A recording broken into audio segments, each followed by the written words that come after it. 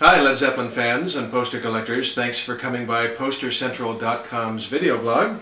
I'm Pete Howard, and this is a killer from 1969. It's a killer for a couple of reasons. For one thing, the poster design itself is wonderful, and of course any Zeppelin first album tour concert poster from especially like the summer of 1969 as they were just starting to set the world on fire is really fun. So this one comes north of the border from Toronto, up there of course in Ontario, Canada.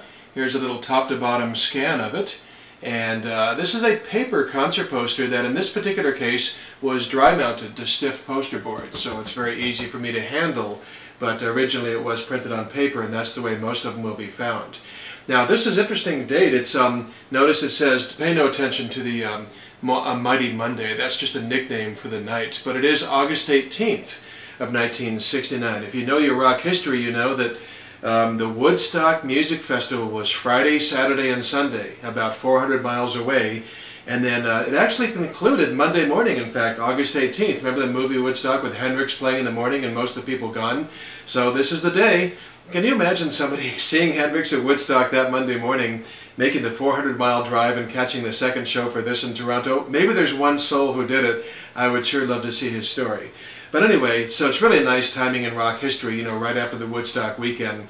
And but this is, of course, in Toronto, Ontario, Canada, a whole different place. And I think it's kind of interesting. The poster has some nice features besides the great standard. It's a standard publicity photo of Zeppelin, but blown up like this, it really looks good. As you can see there, right across the top, it's really got nice wording above Led Zeppelin. It says, "The Zeppelin's the only way to fly. Higher."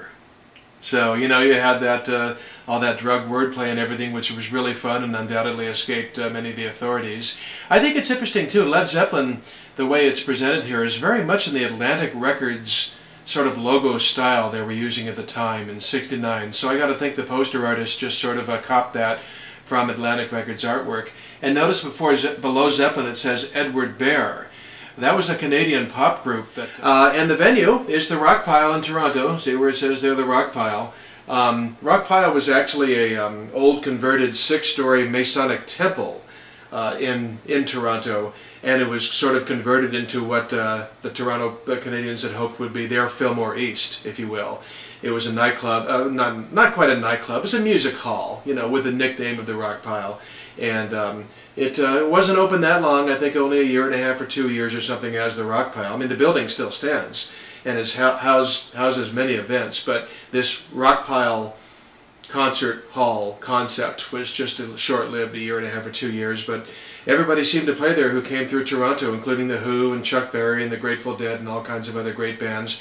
Also, in fact, Led Zeppelin, on their first North American tour back in February of '69, played the Rockpile. And here they are many months later in August of '69 returning to the same venue. That was, of course, first American tour, their first North American tour, meaning their first Toronto show. So by August, the band was very, very hot and still an underground sensation, but the underground in '69 was pretty large. And so not only did both of these shows sell out, notice that printing down in the corner, as I usually have to switch sides here to get that in there. Notice there are 2 shows. The second one's 11:30 p.m., so late starting.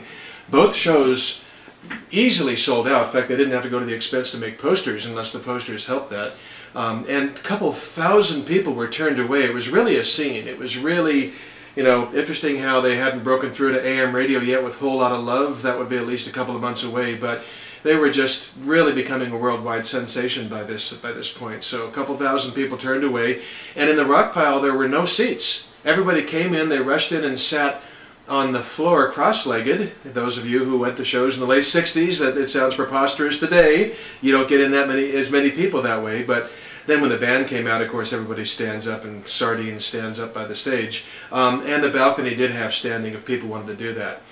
It was really hot. You know, you think of Canada, you sort of think cold, but August '69, the show was just really, it was a hothouse. In fact, the people in line for the first show, a fire truck came by and sprayed a water hose on them, which was a welcome relief, not a bad thing, you know. So, and then inside it hit at least 90 degrees during a show. Can you imagine that? Very high humidity, very smoke density, and yes, the place was filled with pot smoke, as is, of course, the tagline at the top here previewed. But it was you know, all reports have it that The air was thick with the pungent, sweet smell of marijuana. So what Zeppelin did was the whole thing sort of started late. They came out, and the first show they played, the Yardbirds' Train Kept a Rollin'. They opened with that, and then followed with songs from their first album, I Can't Quit You Baby, written by Willie Dixon, and Dazed and Confused. You Shook Me, another song by Willie Dixon. How's that blues guy for being represented at this show?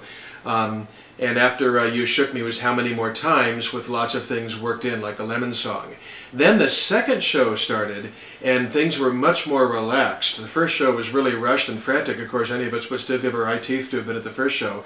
But the second show went much longer, and the band was relaxed and stuff. And they did the same set, except they added White Summer, the Yardbirds instrumental by Page, along with Black Mountainside from the first album, a common pairing back then, and Communication Breakdown as an encore for the second show, a real treat, which Robert Plant cheekily introduced as a number from Bing Crosby. Then I was about to imitate the guitar, but I won't.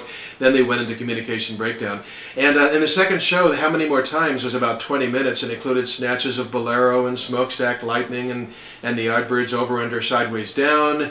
Plant was like wrapping up a storm like crazy, worked in some of Eyesight to the Blind, which The Who worked into their Tommy album that same year, and the Lonnie Donegan's Bluegrass Skiffle Cumberland Gap. In fact, things were so loose in the second show, Plant at one point even said, I don't even know what key I'm in. I mean, there are tapes, by the way, of both shows, which is one of the reasons we know all these details. There's bootleg CDs and collector's tapes and stuff. And Plant also got crazy and went into a long narration about being tied up for the deed to his ranch, very Jim Morrison-like. So, you know, that was all in the context of the music between the songs.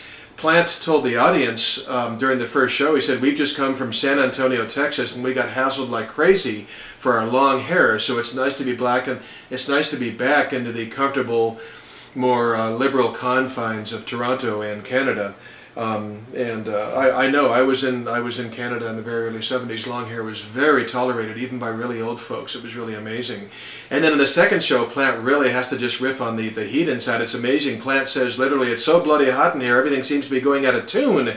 Last time when we came here in February, it seems like it was 10 degrees below zero. Now it's gone from 10 degrees below to 110 above for this show. So, boy, what temperature extremes in Toronto. That's really pretty crazy.